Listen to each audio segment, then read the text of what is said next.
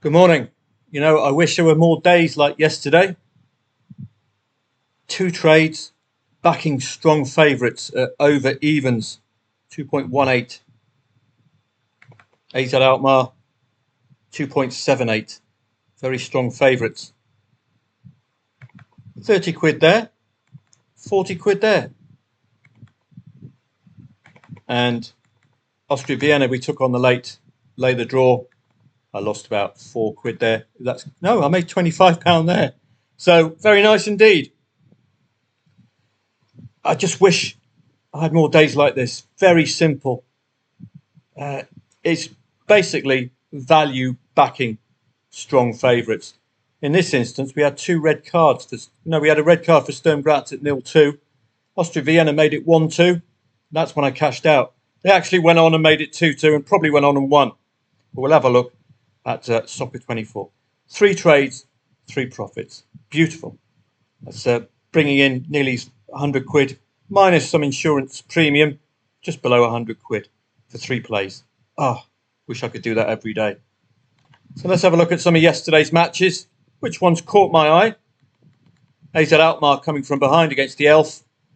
2-1. You cashed out at 2-1, I hope, because that became 2-2. We could have arguably laid the draw second half, but I don't tend to get involved again once I've locked in profit. But John Parrott, the snooker player, getting the winner for AZ Alkmaar there. Lazio, thoroughly deserved, and that looked extremely good value. I thought something's up here. 2.25 against a Ukrainian side, a Serie A side. What? So sometimes, as you can tell, the market finds it difficult to read some matches. Galatasaray PAOK, I suppose this result was coming. Always in the back of your mind with the Greek sides is a 10-man defence. But Galatasaray's in-play stats were pretty good. You can tell by the kick-off time here.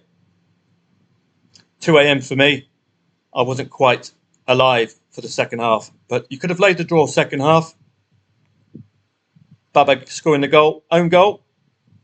1-1. Could have arguably laid the draw dependent on the in-play stats, which I suspect were pretty good. And I think Victor Osimhen is playing for Galatasaray. That is a hell of a buy. Because this normally they go to Galatasaray to pick up a retirement top-up like Dries Mertens is doing. Victor Osimhen. Are these Greek sides starting to try to have a tilt at the Champions League, bringing in, look at this, Icardi as well. There's some really familiar names. Batshuayi could still be playing in the Premier League. So they must have a couple of shekels, these Turkish sides, because we're starting to see some big names attracted to Galatasaray and Fenerbahce under the special one. Man United and Twente. This was a disappointment for Man United. I lost interest after they scored first. I expected them to continue. This is an embarrassment for Den Haag. I mean, this league is really poor. You've got Feyenoord, PSV Eindhoven, Ajax, Twente, AZ Alkmaar, and the rest of them are just a load of dodgepots. It's a very, very weak league. This is an awful result. Another bitter disappointment for Manchester United fans. They don't know which team turns up. Looks like he rested a few players as well, bringing on the cavalry late on. Why on earth you're resting all of these star strikers is beyond me. The follically challenged Dutchman getting it wrong again. Midtjylland and the Hoff. Surely we got a first half goal here. Surely. Don't call me Shirley. Yes, we did. 42nd minute, not quite igniting the over 2.5 goal, first half goals. But we did get that goal before half time for you over 2.5 goal players. And did you delay? I did say try to get 15 minutes out of the Hoff in the first half, or even more, will get you really good odds about over 2.5 goals. The later you back over 2.5 goals and one comes in before half time, you're going to get a really good odds swing. You don't even have to wait for that second goal. So maybe Hoffenheim have been working defensively. Maybe it's just a one-off European match. That's the problem with reading those. Spanish La Liga, arguably a battling win for Rayo Vallecano. A draw. They'll take that. Girona. Not a patch on the Girona of last season, so do be careful. They were taking Barcelona and Real Madrid to 90th minute matches. Barcelona, well, they can't always get a 2-1 result. They'll take a 1-0 win. Not quite as per expectations, but guess who scored? And it's just on the cusp of the 20 minutes for the 20-minute rule, which is a real pity, where I would have backed 1-0, 2-0. Anyone quoted in the half-time score market. A routine win. It's still a win. They are the side at the moment in Spain. So on 3 consecutive matches now, anything under 1.07 has seen at least 3 goals before half-time. But with Celtic and Dinamo Zagreb, they did require the opponent to score to get the overs, which you can't rely on for a 1.01 shot. This should have been an absolute massacre, but they'll take that. First half goals, over 2.5 goals. Celtic match came in. Here, it's come in. And we had another one at 1.06 recently. We had 3 goals before half-time as well. So it's nice and simple. You're not going to be backing at 1.01, but you can get evens or anything like that. Evens higher. In the Mall Cup, well, we'll look at the over 2.5 goal plays. So we'll do that now, I think. Our current idea. It was a good day a couple of days ago. So Biddy Glimt, they're closely related to Bodo Glimt and Porto. So let's check out Bodo Glimt and Porto. Over 2.5 goals in the bag. How about delaying in the first half to see if we can get better odds? No, not quite. So if you were operating delaying, this wouldn't have worked for you. 8 minutes too early. But if you were playing at the off, easy as you like. So that's the first one in the bag. Galatasaray PAOK. Took until the second half. Galatasaray in the last 4 games has seen 3+ goals. Similar story here, but I think it's largely second half action. So this is a thing we have to work on. Are you staying in for the second half? Are you going to top up? In-play stats for the first half were very strong, but they are playing a Greek outfit who can be ultra defensive. 11 goal attempts in the first half, 14 in total, 14 in the second half, so thoroughly deserved. How would you have played this one? Because it's a profitable call. Do you get involved again in the second half, sort of averaging up? Back over 2.5 goals after 15 or 20 minutes, if the odds are reasonable. If you can get over 1.5 goals here at evens, all it takes is 1 goal in the second half and you're out with a profit because you're half the way there. Looking on down, Ludogorets and Slavia Prague, 0-2. So we were missing the both teams to score element here. Did we get a goal before half-time? We did. 37th minute. Would have started the ball rolling. 65th minute for the second goal. If you stayed in, would have had you in a profitable position to cash out of your over 2.5 goals. So we've got all of these different scenarios. Yes, this one you could have delayed. You could have even delayed till the half-hour mark. Get really big odds for over 2.5 goal. Hope there's a goal before half-time because you can actually get out there of Jurassic Park scoring that one before half-time. So they have come in. That's a profitable trade, you'd argue. Mierland and a Hoff, very un-Hoff-like, but we did get that goal before half-time. And it ended 1-1. The only way to get the overs profit is if you, again, backed high over 2.5 goals or even over 1.5 goals. If you can get 1.8 to evens, that goal would have produced a profit at least. You'd have had to chalk this one down, I think, as a possible loss if you didn't cash out at the end of the first half. So despite it being a 1-1, that's why I prefer the over 1.5 goals, particularly if it's 0-0 after half an hour. If you can get 1.8 to evens, about over 1.5, it's very good trading odds. 1 goal rather than 3 goals is required in order to produce a solid profit, particularly if the goal comes before the hour mark. Girona Rayo Vallecano 0-0. So again, what are we going to do here? Maybe target 1.8. Well, we would have got that quite easily. But when do we get out when it's a 0-0? When do we bail? Because that's the third 0-0 already. Well, over 1.5 goals is the angle, not over 2.5 goals in this particular instance.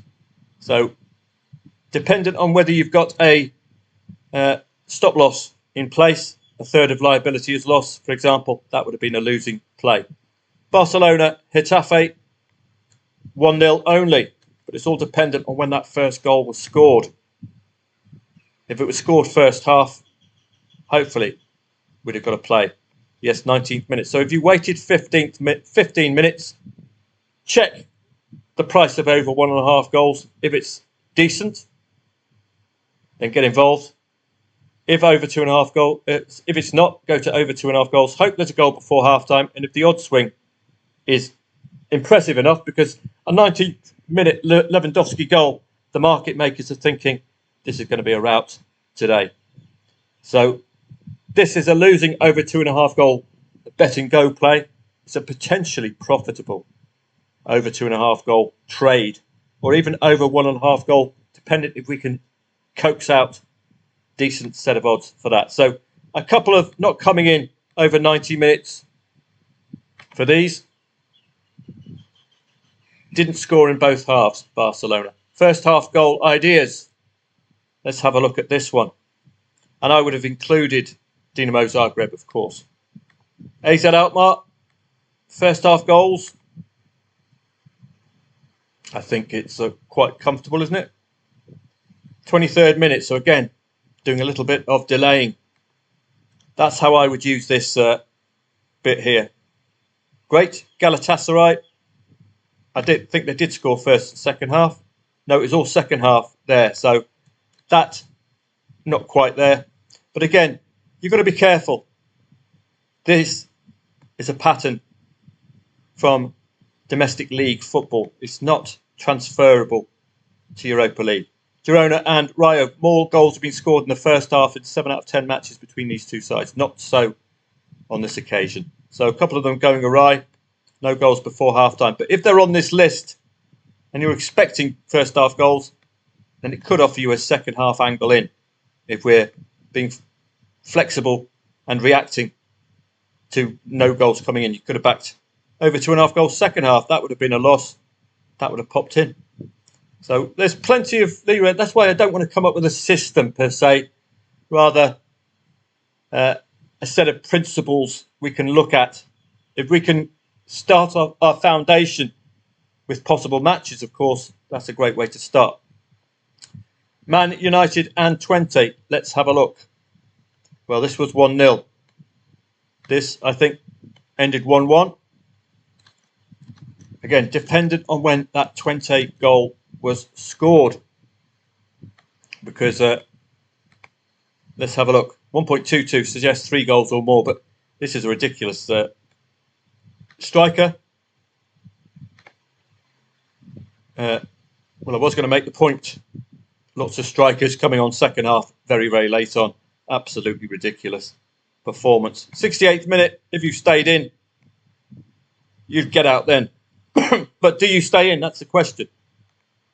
You have a predetermined cash out for a loss, or do you take the overs profit if it presents itself on the first day? Dinamo Zagreb, of course, over 2.5 goal first half goals, over 6.5 goals, probably illiquid. Lance Pokel yesterday, let's have a look. Tried to find a league or a competition which has the potential. The Lance Pokel, let's have a look at the shorties in here.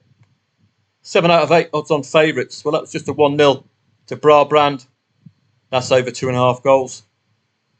0-2 to Aarhus. Did they come first or second half? Let's have a look.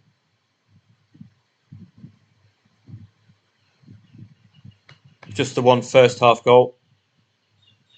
1.4 over 2.5 goals, over 2.5, and over 2.5 goals. You see the relationship again. Possible wins to nil for these shorties, and 3+ goals. So 1, 2, 3,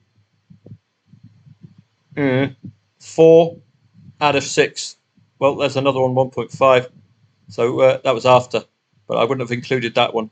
1.25 or lower. So yeah, 1, 2. So 4 of the ones 1.25 and lower coming in, and a 1.4.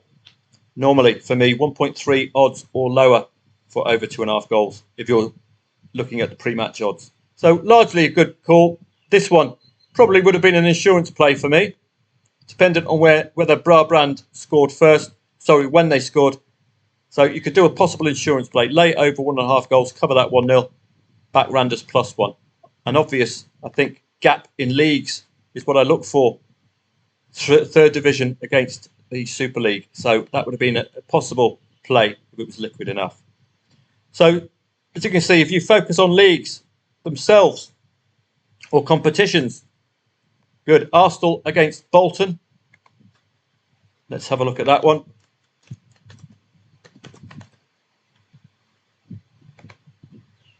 Where's Arsenal against Bolton? There it is, 5-1. That's exactly what you expect. Did we get over 2.5 goals in the first half? Let's have a look. Or did we get the hint of it so we could get a trade? We got 2 goals in the first half.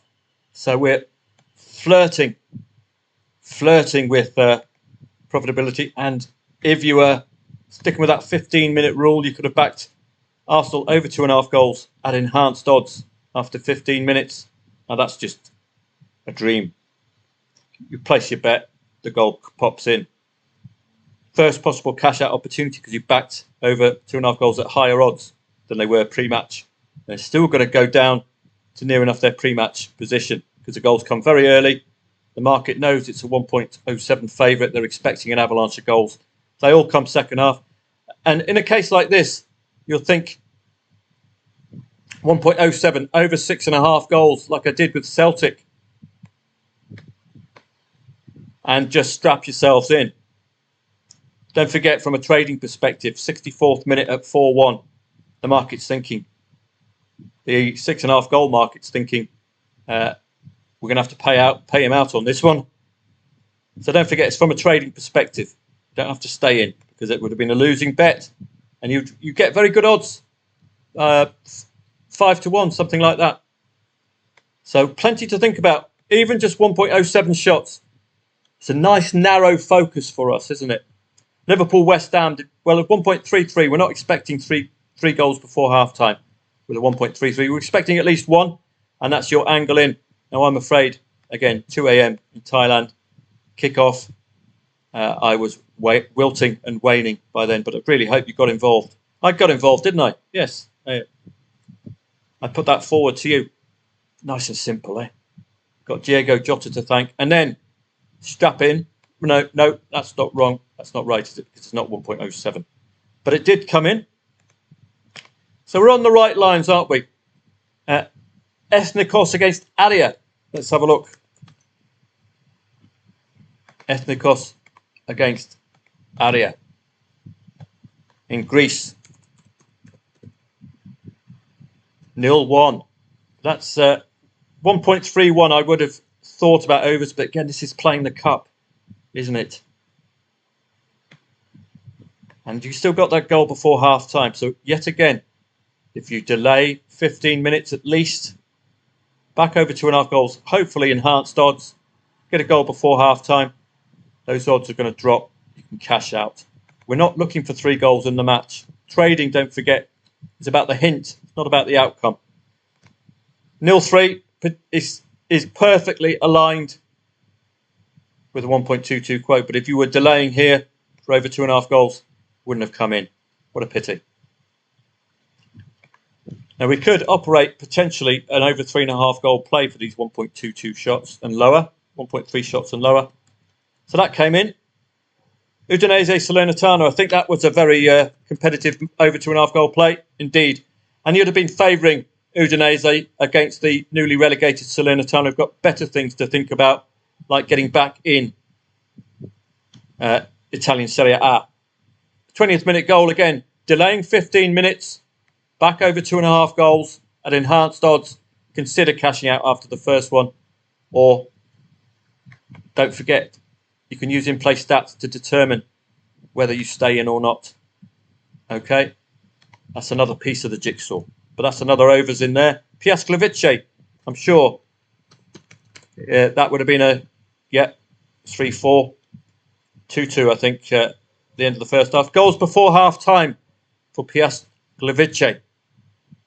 So we might have something working here. That 15-minute rule, but it will sometimes negate that goal. Now Paul Dunwoody's come up with a great idea when the first goal is scored by the favourite. It's a complicated method. It's something I'll try to break down for you. Ruch Chutzor, 0-2. Did we get any goals before half-time? Did we get a position to delay? Yes, we did. Again, 30th minute for the first goal. If you back over 2.5 goals in the first, at as high odds as you can get, or even over 1.5 goals at 1.8, just one single goal from Kojak, the tough New York balding, lollipop-licking detective, would have got you a nice potential profit there. And at the end, first half goals 2.5. We've got 3 of them in first half. So some potential here, isn't there? But we're still getting the odd 0-0 and the odd 1-0, 1-1, that kind of thing. Not crossing the line. The second goal coming far too late. But we're on a learning curve. I'm starting to formulate a nice plan. Let's have a look onto today, and I'll do another 2.5 goal for you today. But we're going to look at the research now. Europa League, Fenerbahce. Well, this is Jose Mourinho, Fenerbahce, and it's in Europe, so it's going to be a snooze fest likely. I'm not going to go over 2.5 goals with Fenerbahce. Coming off the back of a humiliating loss away to rivals Galatasaray domestically, you'd expect the special one in the context of that to make the fans at home as well eager for 3 points. Malmo against Rangers. This is going to be a poor season for Rangers, as advertised by their 1.5 quote versus Celtic, when normally it's even Stevens. Malmo been in excellent form, but how transferable is the form from Swedish football to Scottish football, which is the weaker league? They're going for a Malmo win. Rangers, when Steven Gerrard were in charge, were very, very reliable in Europe. But not so at the moment. It's a watching brief there. Ajax against Besiktas could be satellite, this one.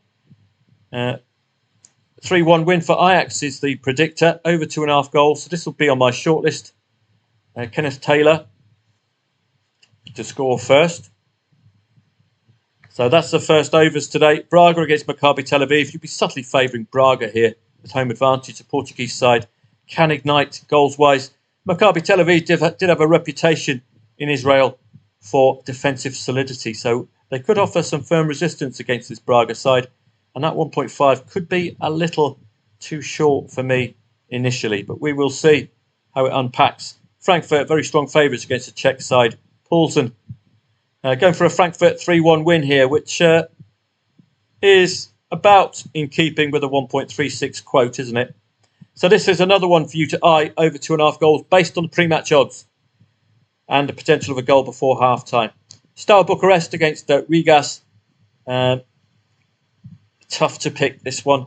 I don't know much about Steaua Bucharest, but we will see. Lyon and Olympiacos. Oh, strong defensive display from Olympiacos. I'll get stray cats coming in.